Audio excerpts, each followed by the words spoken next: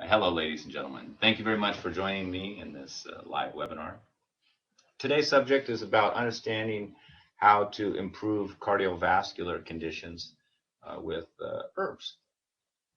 So first we're going to cover typical causes of cardiovascular imbalances, such as high blood pressure, low blood pressure, high blood lipids, which would create like a cholesterol blockage in the arteries. Circulatory problems. First, we talk about these causes because only once you know the proper cause can you determine the treatment. So you can't just say, okay, I have high blood pressure. What herb do I take? Well, the real question is not what herb do you take, or what herbs or what herbal formulas you would take, but what is the cause? So once you know the cause, then you can treat the cause. So let's go through. Of course, there's many causes, and in Ayurveda, we don't see hypertension in particular as a disease per se, but a symptom of these deeper causes, which I'm going to cover here. So the different causes. First, of course, we would say is even through anxiety, nervousness. So now, of course, we've seen this has been called like a white coat hypertension, where when they see the doctor, the blood pressure goes up. When they're all relaxed, the blood pressure goes down. When there's tension, nervousness, anxiety, blood pressure goes up. So obviously this would be treated accordingly to help support the nervous system. Then the other type of, we'll say high blood pressure in this case, is due to inflammation. And of course we have inflammation in the arteries, then we can have plaque can build up, and plaque can build up, can block the arteries and contribute to heart attack or stroke. So we don't want this buildup, but we know the cause is inflammation in the arteries. So usually if there's inflammation in one point in the body, there's inflammation in many points of the body. So there'll be sore muscles, tenderness, some joint pain, other signs of inflammation. Inflammation in the colon, irritable bowel, inflammatory colon disease. There'll be other areas of inflammation, at least muscle pain. So inflammation is a major cause. And of course, what is the cause behind that? Can be diet and foods, and including sugar, nightshades, vegetables, alcohol, toxins, poor digestion, and even many environmental toxins create toxicity, and toxicity leads to inflammation. So it could be environmental toxins, toxins that you create through your poor digestion over the years that have accumulated in your system and become lodged in your muscles, your tissues, your veins, and your arteries, and it's starting to create inflammation where the body's reacting to this toxins. The immune system's reacting and reacting and reacting, and this is creating inflammation. So very different, of course, the first cause related to the nervous system, we call vata, high blood pressure, where anxiety, nervousness, this is the cause. The second one that I just mentioned, we call pitta, high blood pressure. This is more due to inflammation, often caused by toxicity, and often toxicity is created through your own digestion. And then, of course, third type, kapha type, this is where there's blockage and restriction. This is usually with a heavier person, overweight person, fatty liver. Doctor's going to talk about triglycerides and unhealthy cholesterol levels. And this, of course, makes thicker blood, and this can contribute to poor circulation, blockage in the arteries, and of course lead to heart attack, stroke. So there's three causes right there: nervous system, inflammation, or blockage from excess fat in the circulatory system, coming, of course, from the liver, maybe gallbladder blockage, fatty liver, and of course the cause behind those, behind too much fat in the blood, we could call it, would be poor digestion, poor eating habits, too much red meat, too much fried foods. So it's always good to address the cause behind the cause. So we can't just say there's high blood pressure, but we look for the main cause. We get inflammation, nervousness, blockages. It could be a combination too. It could be all three. So it's good to diagnose that first, and then look, why is the person having inflammation? Why is the person having anxiety? Why is the person having this excess fat in the blood? Could do very well. The diet, the lifestyle, toxin exposure. So those may need to be treated as well. May need to reduce the body fat, maybe to improve the liver function, to lower the fat levels, maybe to change the diet, to go to a vegetarian diet. Generally, when you have high cholesterol and low density lipoproteins, triglycerides, then we want to go vegetarian. We do the beans instead of the meat. No meat, fish, chicken, pork, lamb, particularly the red meat, and have more beans. And then you can control the oil, control the fat. Use healthier fats like sunflower oil, olive oil. And this will slowly lower the blood fat in the body, improve circulation. And same for the person whose blood pressure is high due to the nervous system and anxiety. This person needs to sleep better, slow down, reduce coffee, stimulants, sugar, chocolate, all of these substances which are stimulating the body, creating heart palpitations, nervousness, anxiety, and ultimately pushing up blood pressure. And of course, if there's inflammation in the body, then this needs to be treated too, which is, like I said, mostly the major cause is toxins. So it would mean detoxing the body, cleansing the body, detoxing the muscles, not necessarily detoxing the colon or even the liver, but the muscles, the joints, blood, and reducing down this inflammation, and of course following an anti-inflammatory diet, which is another subject. So you really want to break it down into these at least these three categories: inflammation or toxicity, or nervousness, anxiety, or excess weight, fat, cholesterol. One of these, find these causes, then you have to treat them accordingly. So if nervousness and anxiety is the main cause, then you want to be treating with nervine herbs, which I didn't bring today, but they're not typically for the cardiovascular system, all of them. But passion flower, lemon balm, motherwort. We should have talked more about motherwort. Motherwort's a perfect herb for high blood pressure because it's calming, calms the heart, settles the heart, helps with heart palpitations, and improves circulation in the whole body. And then, of course, if it's inflammation, then we want to use not just cardiovascular herbs to support the heart, to relax the nerves, relax the heart muscles, but we want to reduce down inflammation. So this is why a person could have, say, two different formulas. You could have one formula to relax or clear cholesterol, or lower inflammation, while another formula is focusing on the cardiovascular. So we're going to focus mostly on these herbs that just help in general cardiovascular condition.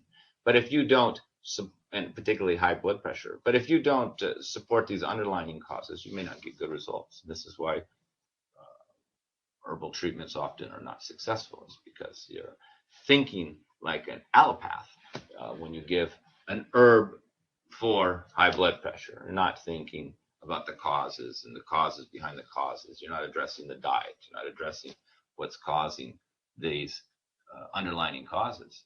So that really should be the proper line of treatment.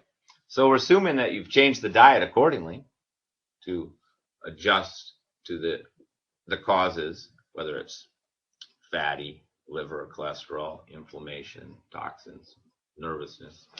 The diet would have to be adjusted to support it. Because if the diet's going one direction and the herbs are trying to support in another direction, then they're going to neutralize each other. If you want a person to relax, and you need to give them nervines and sedatives to sleep at night. And at the same time, you need to get off all the stimulants. So you can't have coffee all day and then drink relaxing tea or motherwort or lemon balm or passion flower tea to relax your body while you're having coffee. So you need to remove these causes. It's very important.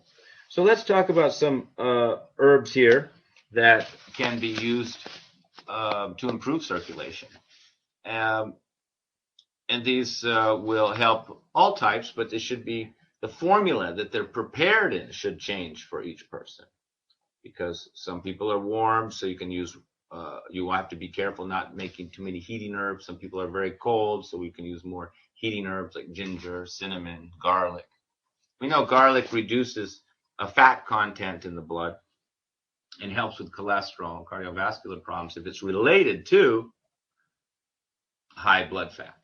But if it's related to inflammation and the person also has other types of inflammation in the body, particularly in the colon, like inflammation in the colon, then having large doses of garlic will literally inflame the colon and make the condition worse. So you can't just say, okay, take garlic if you have high blood pressure, because you have to know the cause. If the cause is fatty liver, high cholesterol, then we know that the garlic will be a good match.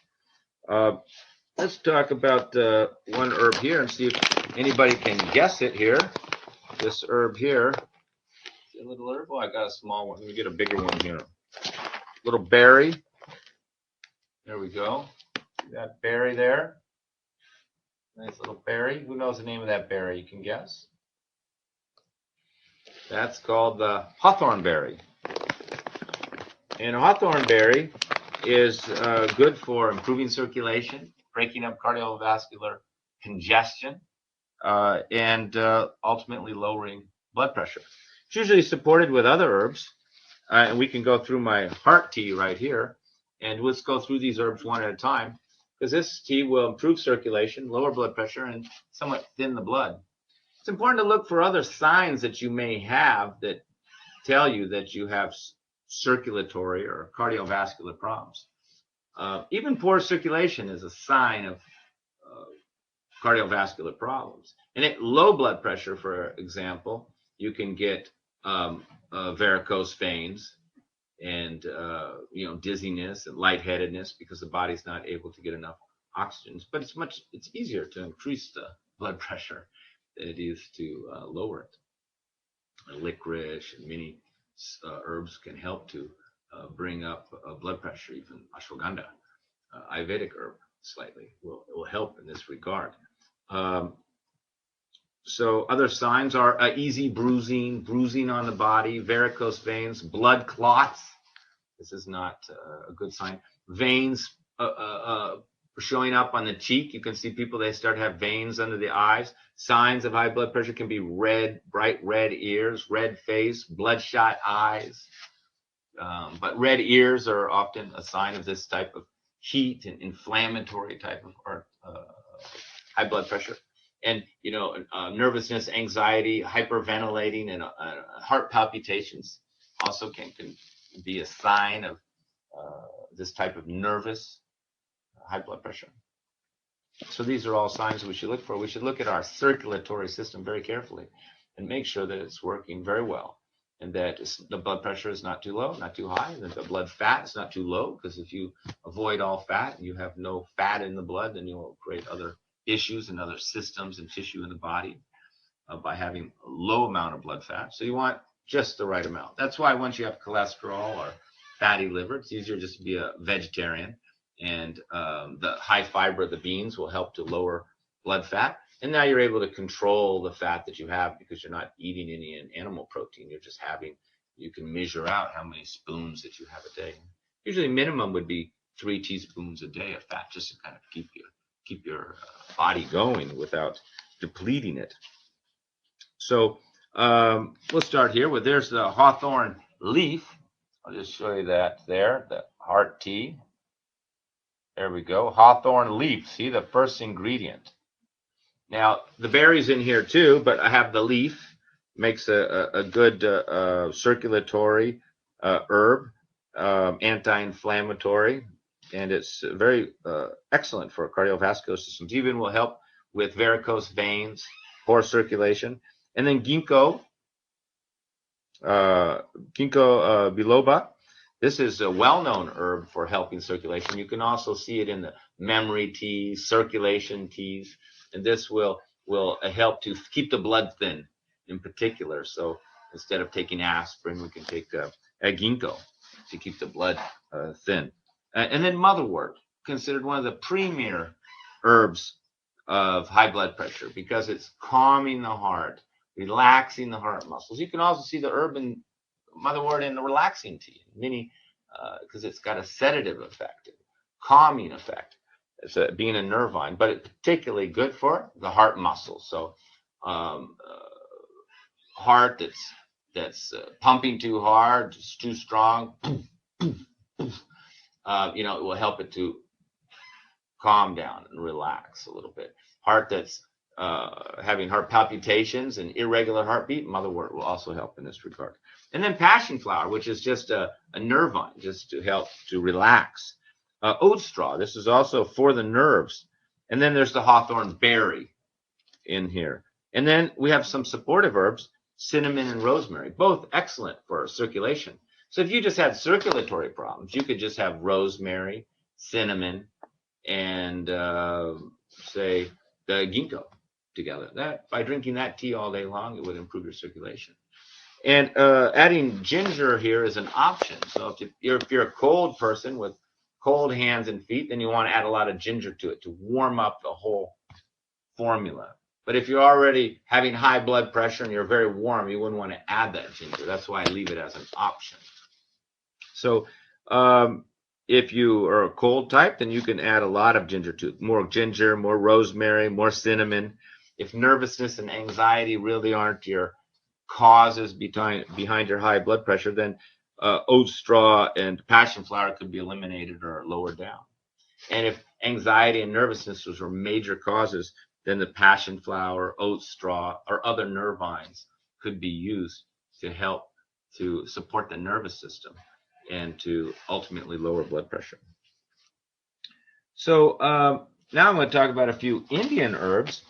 And I think this Indian herb is probably the most premier herb for high blood pressure. I would say it's better than the hawthorn berry, hawthorn leaf, motherwort. These would be the premier herbs in Ayurvedic and Western herbalism to help blood pressure.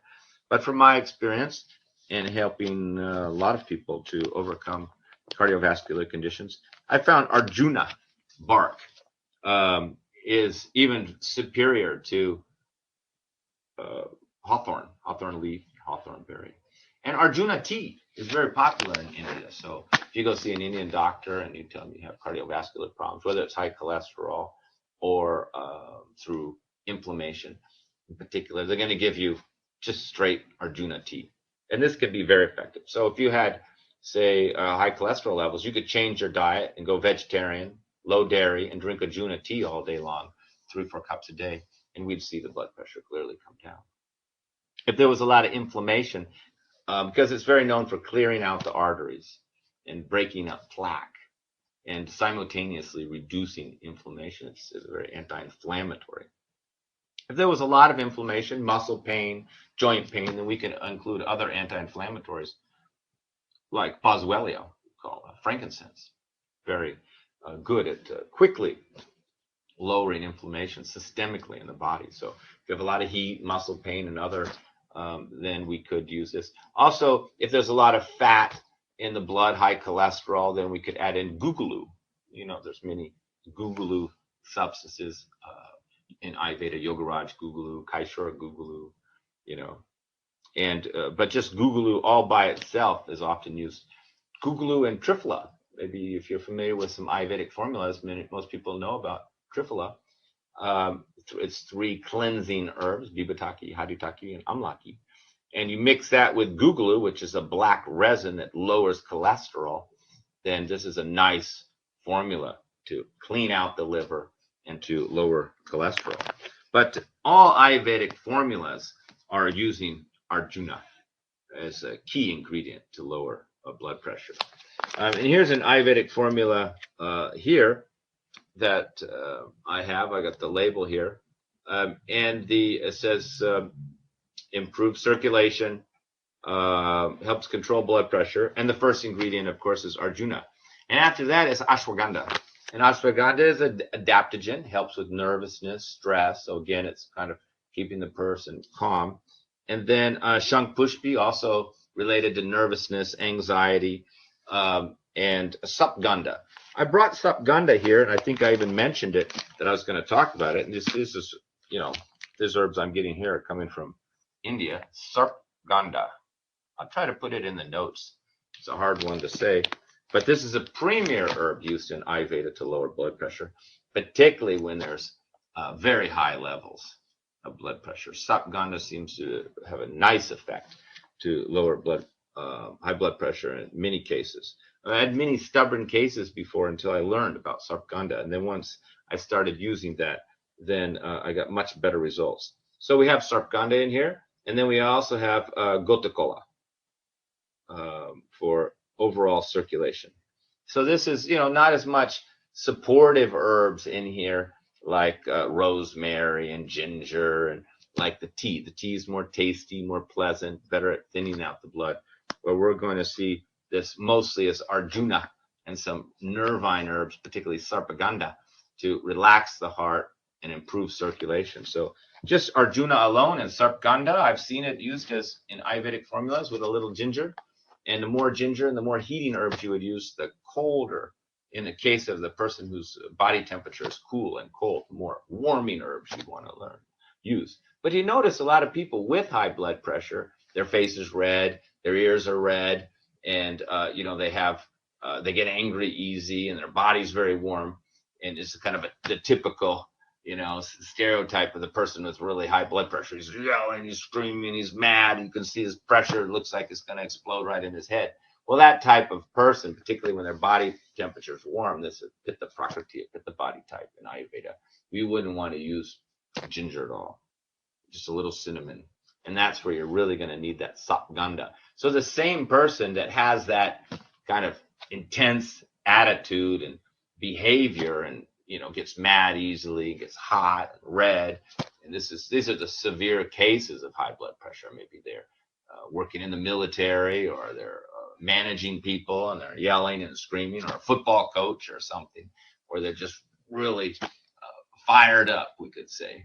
These are the tough cases to bring down, and that's where sapgandha really helps. And the same person whose blood pressure comes down, when they come back to me after 2 or 3 months, often the husband or wife, family member sitting there, and they said, well, not only did his blood pressure come down, but he became a lot calmer. His pressure came down. He stopped pressuring us, stopped pressuring himself. He became more calm.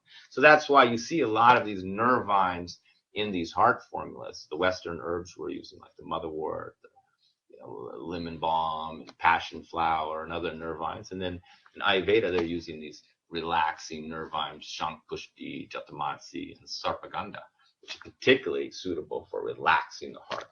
So you can't just think that I'm going to treat the high blood pressure and everything's going to stay the same. The person may have to change their life and their diet, and their eating, to avoid what's creating the problem. It could be coffee, chocolate, and then your lifestyle.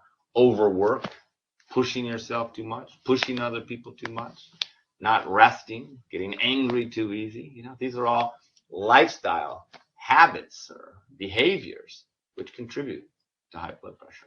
So you really should have this multifaceted approach to treating really all conditions, the diet and the digestion, number one, because it's this poor diet, poor digestion, or we could say the wrong diet for your type, that's creating these toxins over time, that's then circulating through the body, often getting in the muscles, creating inflammation, the joints, creating arthritic conditions, and creating inflammation in the whole body, including the arteries. So it's because toxins that you're making through your poor digestion. Now, of course, if you're eating out, eating poor foods, eating junk foods, having a lot of preservatives, or you've been exposed to heavy metals and other toxins, and then your level of toxicity could be very high. And then we could have inflammation, could be the underlying cause that really needs to be treated besides just taking these herbs. So that's why it has to be multifaceted.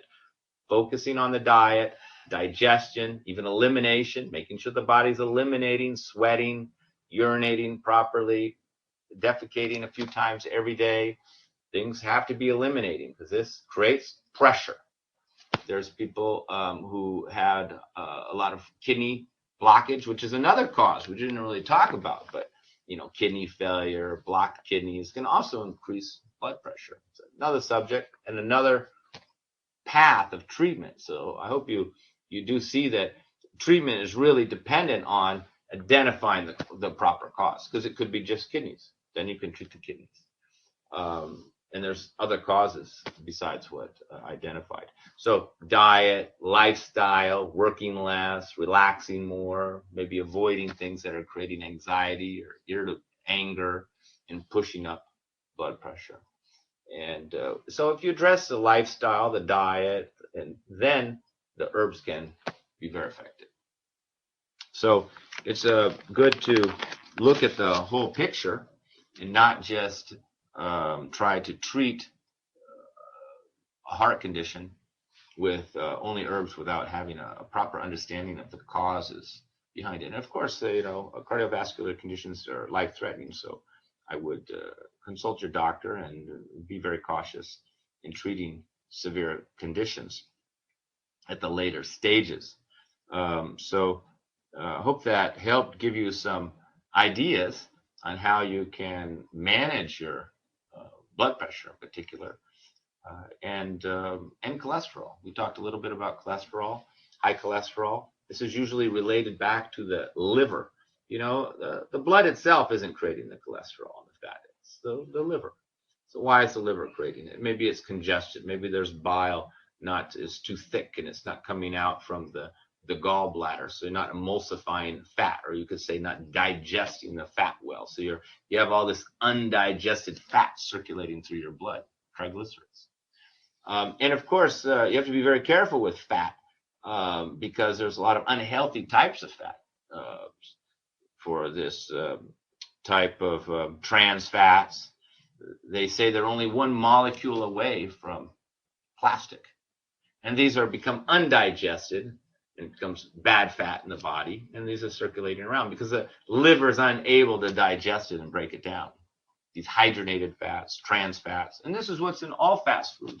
All restaurants, they're all using these low quality, cheap fats, which your liver is unable to digest. And then after time, they're going to increase the fat levels in your blood. So that's why a controlled fat diet, using healthy fats, avocado oil, sunflower oil, olive oil in your diet, just a couple teaspoons a day, and no more red meat, very little dairy, and you're definitely controlling the fat. And you can, a lot of times when people have fatty liver, for example, or high cholesterol, we also give herbs for the liver because that's the source of the problem. The liver needs support. It needs to have the be able to digest the fat and be able to unblock itself so it's not so congested and the bile is moving properly outside of the gallbladder and not being blocked. So early stages of this can be gallbladder congestion, fatty liver, then you have the cholesterol, then you can have the high blood pressure resulting from this excess fat, undigested fat, we could call it, pumping through the circulatory system. So you know, there's always a pathology. It doesn't show up overnight. I mean, it's happening very slowly. People have plenty of signs and symptoms in advance. It's just we're not aware of these. So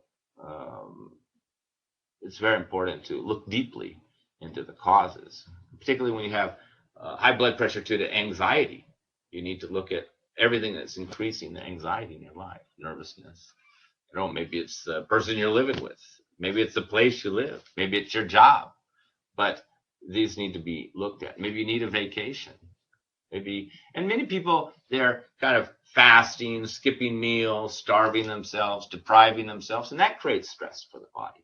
So stress is going to increase the blood pressure. Inflammation is going to increase the blood pressure. Toxins is going to increase blood pressure and create cardiovascular problems. Poor fat, like trans fats, they're going to create more fat in the liver and congested, and ultimately can affect blood pressure. So you got to look at these and then treat each one accordingly. Okay. So I want to thank you for attending, and I hope I gave you some deeper understanding on how you can treat this type of cardiovascular conditions.